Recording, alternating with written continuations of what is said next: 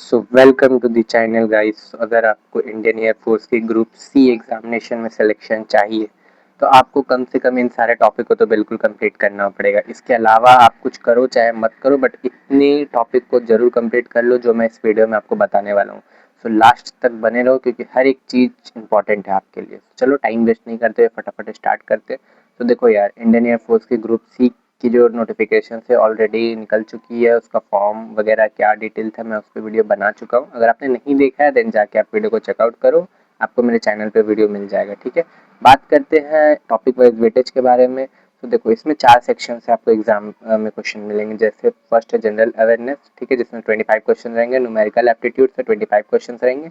Reasoning से 25 question रहेंगे। Then आपका इंग्लिश से 25 क्वेश्चन रहेंगे। टोटल आपके पास 100 क्वेश्चन रहेंगे। ठीक है, अब बात करते हैं पर्टिकुलर टॉपिक से किससे कितने क्वेश्चन है। ठीक है, जैसे जनरल अवेयरनेस से किस किस टॉपिक से कितने क्वेश्चन रहेंगे जो आपको बिल्कुल ध्यान देना। ठीक है, तो चलो देखो सबसे पहले देखो जनरल अवेयरनेस से आपके करंट अफेयर्स 6 से आप 8 मंथ तक के आप अच्छे से प्रेफर करना, जिसमें से आपको 5 से 7 क्वेश्चन देखने को मिल जाएंगे। ठीक है, हिस्ट्री जैसे टॉपिक से जो कि बहुत वास्ट टॉपिक है उसमें से आपको 3 से 4 क्वेश्चन देखने को मिल जाएंगे। सो इसके लिए आप ना पीवाईक्यू को फॉलो करना। पीवाईक्यू से जो रिपीटेड टाइप के क्वेश्चन रहेंगे उसको आप जितने अच्छे से कर सकते हो करना। ठीक है, ज्योग्राफी के 2 से 3 क्वेश्चन आपको देखने को मिल जाएंगे। देन पॉलिटी एंड कॉन्स्टिट्यूशन के 2 से 3 क्वेश्चन अगेन।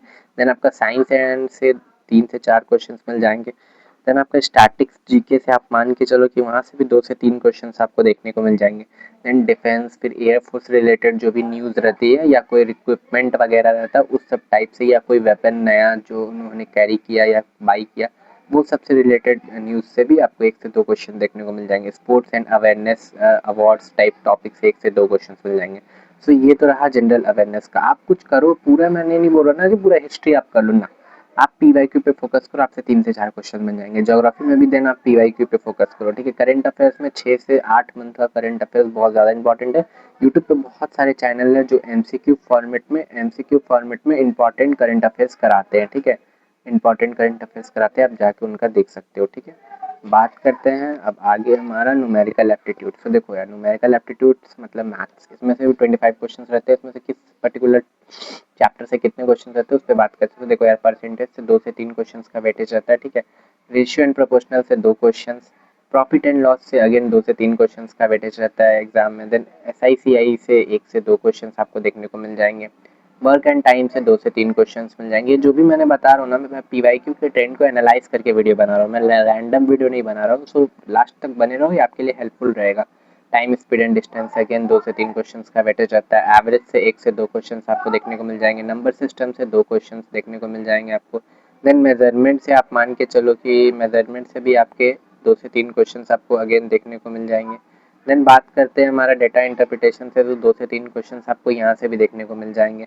अब बात करते हैं हमारा रीजनिंग। सो देखो रीजनिंग में जाने से पहले मैं ये चीज़ बता दूं, जैसे कि देखो यहाँ पे आपको ये सब दिख रहे हैं ना, तो जैसे कि 2 से 3 क्वेश्चन परसेंटेज में, तो आप पहले प्रेफर करोगे, आप पहले परसेंटेज को करो, देन फिर आप टाइम वर्क को करो, देन आप टाइम स्पीड एंड डिस्टेंस को करो, फिर measurement data manipulation, then data interpretation. ये सब सारे टॉपिक को सबसे पहले करो। जिसमें से नंबर ऑफ क्वेश्चंस कम है उसको बाद में करो, जिसमें नंबर क्वेश्चन ज़्यादा है उसको पहले करो। ठीक है, बात करते हैं रीजनिंग। सो रीजनिंग में देखो एनालॉजी से 2 से 3 क्वेश्चन अगेन रीजनिंग में भी रहते हैं।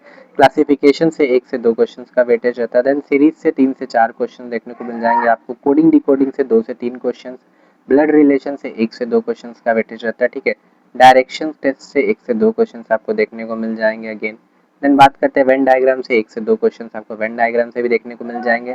सिनोनियम से 2 से 3 क्वेश्चंस। नॉन वर्बल रीजनिंग से 4 से 5 questions. Puzzle and seating arrangement से 2 से 3 क्वेश्चंस मिल जाएंगे। ठीक है, अब देखो मैं तो ये सारे इंपॉर्टेंट टॉपिक है, मैं इसमें से किसी को भी हटा नहीं सकता, इसलिए मैं सबको यहाँ पे लिखा। इसके अलावा जो छोटे मोटे टॉपिक थे मैं ऑलरेडी उसको नहीं यहाँ पे लिखा हूँ, बट इन सारे टॉपिक में भी आप अपने अकॉर्डिंग करना। जैसे देखो यहाँ पे नॉन वर्बल रीजनिंग से 4 से 5 क्वेश्चन सबसे पहले इसको कंप्लीट करना। ठीक है, अब बात करते हैं इंग्लिश। तो इंग्लिश में भी 25 क्वेश्चन रहते हैं। तो देखो यार, इसमें सबसे ज़्यादा जो रहता है वो ग्रामर पोर्शन रहता है। ग्रामर में सारे जितने भी आपके नाउन, प्रोनाउन, एडवर्ब, एडजेक्टिव वगैरह है सब रहते हैं ए टू जेड, सबसे मिला के 7 to 8 क्वेश्चन रहता है। तो आपको अगर 7 to 8 क्वेश्चन सही करना है तो आपको ग्रामर में पकड़ बनाना पड़ेगा। There is no other option. ठीक है, अब बात करते हैं एरर डिटेक्शन से आपको 3 से 4 क्वेश्चन एरर डिटेक्शन से आपको देखने को मिल जाएंगे। फिल इन द ब्लैंक से 2 से 3 क्वेश्चन का वेटेज रहता है। ठीक है, सिनोनियम एंटोनियम से 3 से 4 क्वेश्चन आपको पेपर में देखने को मिल जाएंगे। वन वर्ड सब्स्टिट्यूशन से आप मान के चलो 1 से 2 क्वेश्चन अगेन यहाँ से देखने को मिल जाएंगे। इडियम एंड फ्रेजेस से 2 से 3 क्वेश्चन अगेन। रीडिंग कॉम्प्रिहेंशन से 4 से 5 क्वेश्चन आपको देखने को मिल जाएंगे। सो ये रहा इंग्लिश का वेटेज। सो मैंने सारे चारों चैप्टर सब्जेक्ट के सब इंपॉर्टेंट वेटेज के बारे में आपको बता दिया। अब मैं कुछ ऐसे की पॉइंट के बारे में आपको डिस्कस करने वाला हूँ ना, जो आप बिल्कुल ध्यान रखना। देखो यार, सबसे पहले मैंने टॉपिक वाइज वेटेज तो बता दिया, सो आप उसी अकॉर्डिंग कंप्लीट करना एंड सबके शॉर्ट नोट्स बनाते जाना। इंपॉर्टेंट चैप्टर्स के शॉर्ट नोट्स बनाते जाना साथ में, ताकि आपको रिवीजन करने टाइम आसानी रहे, ठीक है। देन पीवाईक्यू बेस पे आप प्रैक्टिस करो। जितना आप ना पीवाईक्यू पे फोकस करोगे उतना ज़्यादा, जैसे अगर आपको हिस्ट्री तो या कोई भी अदर चैप्टर का, तो आपको क्वेश्चंस पता रहेगा किस टाइप के क्वेश्चंस आ रहे हैं, ठीक है। इसको जितना ज़्यादा प्रैक्टिस करो, देन आपका सेफ स्कोर अगर मान के चलो सिलेक्शन के लिए, तो आप ये रेंज में रहो कि आपको 75 से 80 के रेंज में आपको मिनिमम मार्क्स लाना है। इससे ऊपर जाना बट इससे नीचे मत जाना है अगर आपको फाइनल सिलेक्शन चाहिए तो। देन मॉक टेस्ट, वीक में at least 2 mock test per week दो, 2 मॉक टेस्ट पर वीक, ये टारगेट लेके चलते रहो, ठीक है।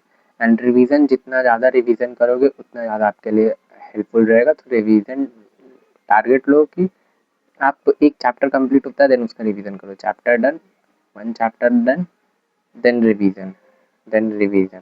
तो इस तरीके से आप कर सकते हो। सो होप सो आपको वीडियो हेल्पफुल लगेगा। देन अगर आपको वीडियो हेल्पफुल लगा हो देन सब्सक्राइब दी चैनल, ताकि आने वाले वीडियो का नोटिफिकेशन आप लोगों को मिलता रहे। एंड चैनल पे बने रहो। अगर किसी भी टाइप का कोई भी डाउट है देन नीचे कमेंट कर दो, मैं उस पर वीडियो बना दूंगा। तब तक के लिए all the best, bye bye.